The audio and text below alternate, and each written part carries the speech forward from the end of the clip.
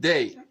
ادای دین یک وظیفه است که مشوق آن به تشویق کننده آن که دیده را نادیده نکند و در برابر دین خود استوار باشد. درس دادن دینی است به معلم، مهربانی دینی است به پدر مادر، احترام دینی است به فرزند و کوچکتر، و از همه چیز مهمتر در عمل زشتی که دیده شود دینی است برای پوشاندن آن از طرف مقابل که دیده شده است و دیده خود را بسته است. و خدا دینی بر گردن ما دارد که دلیلش ما بنده هاییم که آفریده است که زندگی کنیم و ادای دین کنیم.